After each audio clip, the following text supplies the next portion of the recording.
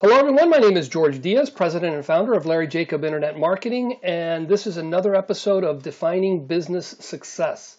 This week I have the pleasure of having Antonio Garrido join me. Antonio, thank you for breaking out of your busy day to talk with us. Always a pleasure, George. Thanks for inviting me. So Antonio is one of my two trainers. Carlos and Antonio both run the local Sandler training program. And it's just been priceless for me in running my business, improving my sales skills. And there was something we covered in one of our recent meetings that I really wanted to include in our program. And that is, how do you challenge yourself so that next year performance is better than this year? Right, Garrido? That's exactly right. So, well, the question I think I asked, and thank you for the invitation, that's very kind. Sure. The question I asked the class was, I guess the challenge I set was, will this year's activities open next year's doors? And that's how the conversation started. Right, So, right. And the idea being is that if you're doing the same thing this year and you're expecting to do the same thing next year, there's no reason why next year's results should be any different than this year's, right? Yeah, I think it was Einstein or somebody cleverer than you or I that basically said, madness is doing the same thing and expecting different results. Right. So most people that are watching this, they know what they did, depending on when they watch it, or what they're going to do in 2016. And then if they take a second to think about what they want to do in 2017, in terms of revenue, in terms of profit, in terms of top line, bottom line, however they want to measure it, most people want new and bigger and better things to happen year over year. And yet so many people want and hope for better things and actually don't change anything that they do. So, and are somehow surprised that this year's number is no better than last year's or the year before, and next year's will be the same unless they change something. Exactly. So I want you to share with everyone the story, because the story, I tell you, it just stayed with me. And, Okay. and I've been just kind of cranking through it because it's really what's driving me to do some, I don't want to say drastic changes, but, I don't want to continue to do what I did last year. This was a good year, but I plan to have next year be that much better. So, okay, well, I'll tell the story. I mean, it's a great story. It's a great word picture. You can't forget it. Okay, good. So the principle was this. Before I jump into the story, but the principle was this. What's got to change? What's got to change year on year, and how do we figure out what to concentrate on? How do we motivate ourselves to make a change? Because that's not easy. Right? How do we change our habits? How do we change our behaviors? What's going to affect the change between this year and next year? So there's a story, and the story goes like this. And it's a true story, actually. So if you want to Google it after I finish, you can do that. There's lots about it. But I did Google it, and I know you didn't make it up unless you're like all over the internet controlling it. Yeah, right. So, well, this story bounces around Sandler, which is our organization. About this time of the year, because this is a December/January story. It's got nothing to do with the holidays, so let's get into it. So it's an end of year, start of year mindset that we need to think about. So the story is this basically, and it's about Japanese fishermen. And if there are any Japanese fishermen watching, you'll know exactly what we're talking about. So towards the back end of last century, kind of 70s, 80s, 90s, maybe even slightly earlier in the 60s. Well, we know that Japan is an island, and we know that the Japanese are very, very keen on fish and fresh fish. They're big fish connoisseurs, right? They sushi and all of that kind of stuff. So towards the back end of last century, the demand for fish continued to increase, and the fishermen were largely unregulated around that time around Japan, and effectively plundered the seas around Japan, just overfished, decimated the stocks. And where in America or most places, you catch a fish of a certain size and it's not big enough, you throw it back in to allow it to grow. But that wasn't the case in Japan. So the fishermen just kept fishing and fishing and fishing, and the population grew, and more fishermen, and overfished, and the fish became smaller and smaller and smaller. And the demand for good, meaty, solid, sizable fish was increasing, but the availability of those kind of fish was decreasing. And as a consequence of that, naturally, it's a supply and demand piece, but the consumer was having to pay more and more and more and more for smaller and smaller and smaller and lower quality fish. So and so the consumer kind of drove a demand really for better, cheaper fish. So what that meant was the fishermen had to get bigger boats. Why? Because they had to go further out to sea, whereas historically they were going out for a day, fishing, and then back with the catch. Obviously that catch wasn't big enough anymore. There weren't enough fish and they were too small. So they had to get bigger boats to go out further, where historically they went out one day, now they're going out 3 days and 4 days. And obviously that meant they've got to have bigger fishing boats. Why? Because it's got to be able to storm, survive the ravages and storms of the deeper ocean. But also they needed to catch more fish whenever they went out to make it economically viable, and that meant bigger ships, and that meant more sailors, and the costs again were going up, and the fish. There were bigger fish out there, but what was happening is that they were going out 3 days, catching the fish, sticking them on ice, bringing them back, and then selling them. Well, the problem with that was the Japanese have very discerning palates, and they could tell the difference between a fish that was caught like yesterday or today, like a really fresh fish, and one that was caught 3 or 4 days ago, even though it was packed in ice and then brought back to the harbour, they didn't quite taste the same. So again, the cost was going up and the quality of the fish was coming down. They just didn't taste fresh anymore. So the Japanese fishermen had another challenge. So now what did they do? They built even bigger boats that not only could go out 3 or 4 days, but then had freezing plants. They could freeze the fish in the boat. So they would go out 3 or 4 days, they would catch the fish, they would dress the fish, skin it and all of that kind of stuff, and then freeze it within half an hour of it having been caught. What they would then do is continue to fish till the boat was full, just keep fishing and freezing and fishing and freezing, and then sailing home 4 or 5 days later. And then when they got to the harbour, they would defrost or thaw the fish and sell it as fresh because they froze it within half an hour of having caught it.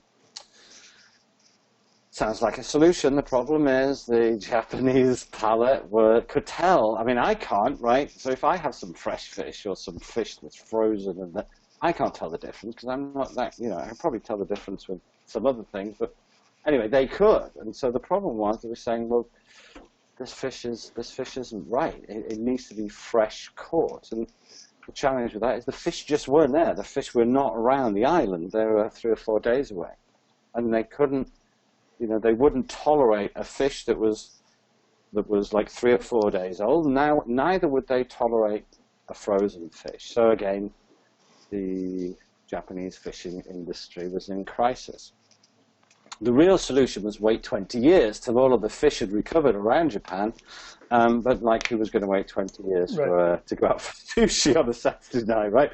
So that wasn't going to work. So what they then came up with as the solution, and all of these are kind of increasing costs, is building even bigger boats now and putting on the boats what's called a live well. Basically, it's just a big tank. So it's a big tank of seawater. So they go out for 4 or 5 days, catch the fish, and then instead of killing it or freezing it or anything like that, they put it live in this big tank where it would swim around, because the thinking was that it could swim around and it was still alive, and then in 4 or 5 days get it back to harbour and then kill it then. So I mean, that's as fresh as you could be, because it was like within half an hour it was half an hour ago it was swimming around.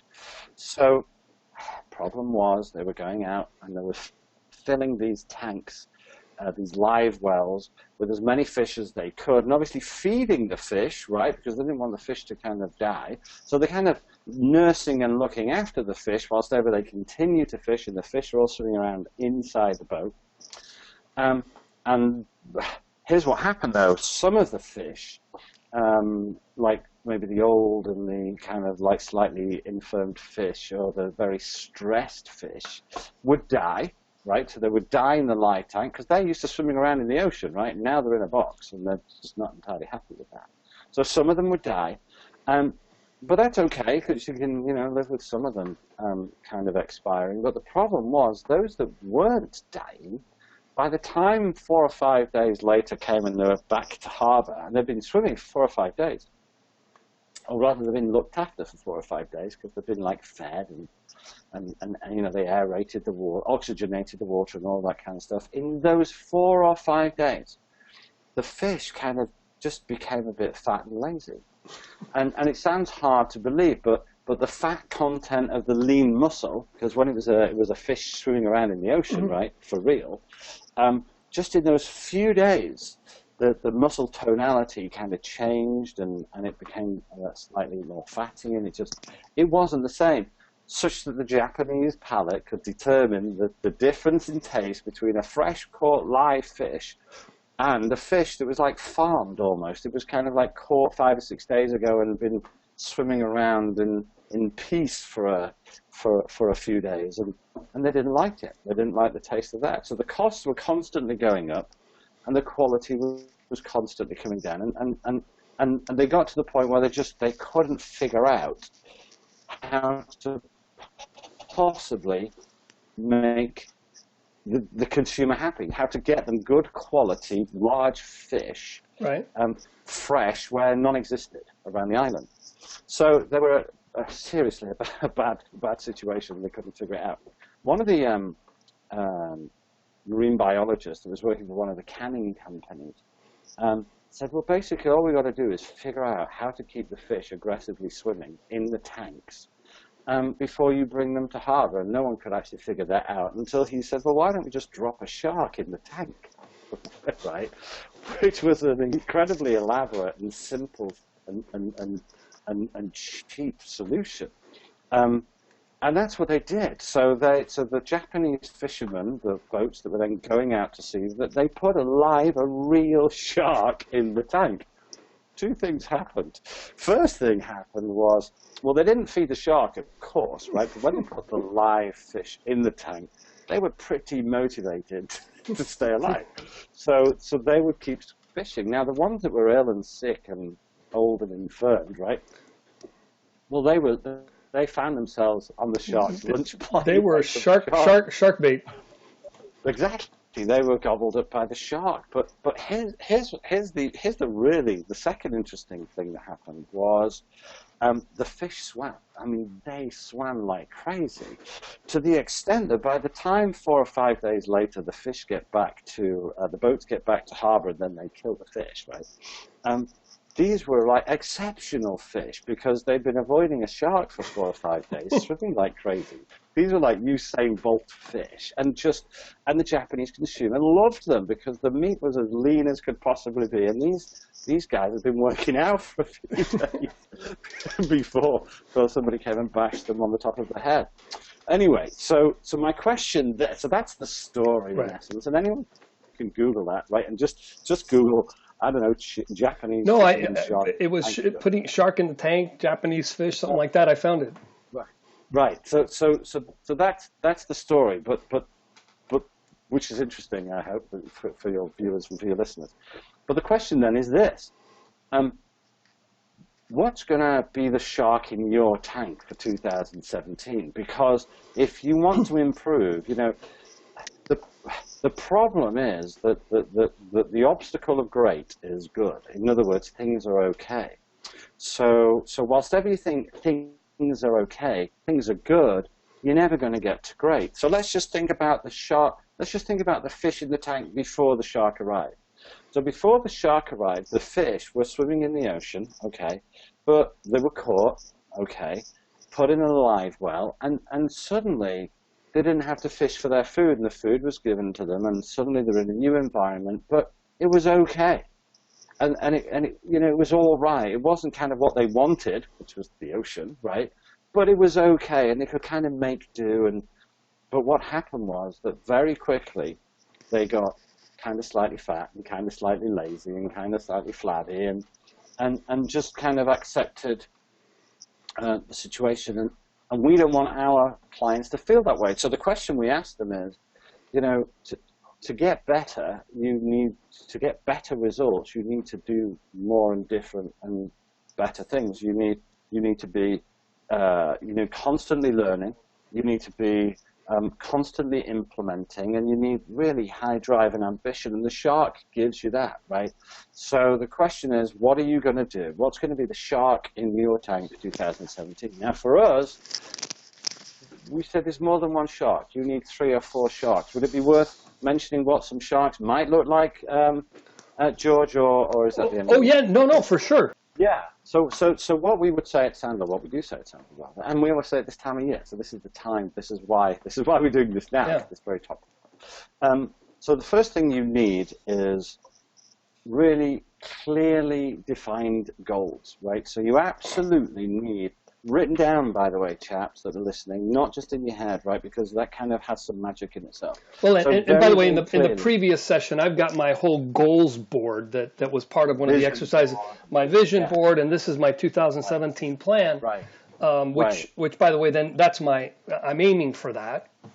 Right. So you need your goals very, very clearly stated. You need to know exactly who your prospect is and who your client is, what they look like, where to find them and where they are. You need to then break all of those goals down, by client, by sector. And we have a model which we call our CARE plan, which is keep, attain, regain, and expand. So just put 4 blocks, just do a 4-box model. Keep, attain. So keep which of those customers you have to keep, right. Which of those customers you want to get, attain, which of those customers you want to regain that you've had and lost and you want to get them back, right. and which of those customers you want to expand, 3Y, 3D. Right. So once you've got a very clear view of what it is that you're trying to go for, right, so this is now my target, so you then need a plan for each of those, if you like, customer allocations or even prospects. So you need a very, very, very clear plan. Why? Because it's a shark. Because once you have a very, very clear plan, you'll then divide that into quarters, and it may not be a straight line, it may be growing, that's okay. Mm-hmm. So once you've got your Q1 plan in detail, so specifically what do you want to, who you're going to get, how, where you're going to get them and how you're going to get them. Once you've got your Q1 plan, you can then do your January plan, and once you've got your January plan, you can divide it by 4 weeks, so once you can divide it by 4 weeks, you divide it by day. You divide it by morning or afternoon if you want to. The point is that write them down, and that's a shark, because now now it's real and you've got something to work towards, right? So the first thing is that. The second thing then is if you can get an accountability partner to keep you honest to that, keep you on track to that, that's another shark. So somebody that you share their plan and they share your plan, and basically you can call each other, once a week, do a Monday morning check-in or a Friday afternoon check-out, and just say, how did you do? How did you do against that one thing? How did you do against the next thing? How did you do against that next thing? And that's a shark, right? We told the story. You can have your kids. Your kids can be a shark. There's a lady in the Sandler organization called Rochelle Carrington. She so part of what she has to do, part of her prospecting activity, is making cold calls. Right? She doesn't really enjoy them, but she knows she's got to do them. She set up a plan called Dials for Disney. What that means is that she comes home at night and she asks her daughter, how was school today? Because her daughter's 11, and her daughter tells her how school was, but then they have an agreement that when she asks how was school today, the daughter's allowed to ask, how did you do with your dials for Disney? Because she's told her daughter, when I've made 4,000 dials, we're going to Disney. And the daughter knows how many dials she's got to make a day, and I think it's like 14 or 15. And she has a card with some paper clips on, and every time she makes a call, she moves it from one side of the card to the other side of the card. She gives this, she tells the truth, right? She gives this piece of card to her daughter, and when all the paper clips are on the right side of the card, the correct side of the card, everybody's happy. When they're not, she looks at her mother with big cow eyes and says, I guess we're not going to Disneyland, Mum. And like with tears in her eyes, and the mum next day makes some more calls. That's a shark, right? So there are lots and lots of sharks. Sharks can look like lots of things. you can have a number of accountability partners. Doesn't have to be a daughter, doesn't have to be a colleague, just be a friend. Well, and because we're self-employed, a lot of us, again, we don't report to anyone. I guess assuming you're keeping your customers happy, they're going to keep you accountable to that, but nobody's holding you accountable to acquire more customers, grow your revenue. So, having that shark in the tank is I think, key. Yeah. So figure out your sharks at this point in the year. Yeah, now is the perfect time to do it, because to let's say you want to grow by 20%. You probably can expect a deterioration if you just stand still of maybe 10%. The reality is a 20% growth does need massive impetus, massive energy, massive amount of, you need a lot of sharks, right? Figure out your sharks. Cool. Well, hey, that's what I wanted to go over with you. I think it's a great topic. Thank you for joining us. If anybody wants to reach out to you, how can they reach you? So they can go to Japan. No, go and talk to the Japanese fishermen. Yeah. No, don't. So just send me an email, and I'd love to hear from you. Even if you didn't like the story, I'm okay with that too. So the email email me at Antonio, which is Antonio. So Antonio.Garrido, which is by the way, people can see the spelling because it's in your window. So, but it's Antonio.Garrido at Sandler, Sandler, Sandler, Sandler, Antonio.Garrido at Sandler.com, and I'd love to hear from you. Yeah, and when we publish this, I'll make sure to make that information available in case anybody wants to reach it. Yeah, have a look at our webpage as well. There's tons of stuff on there. Cool. Well, hey, thank you so much. I really appreciate it, and I'll probably see you tomorrow. Yeah, enjoy swimming with the sharks, guys. Yeah. Take care. Bye. Bye.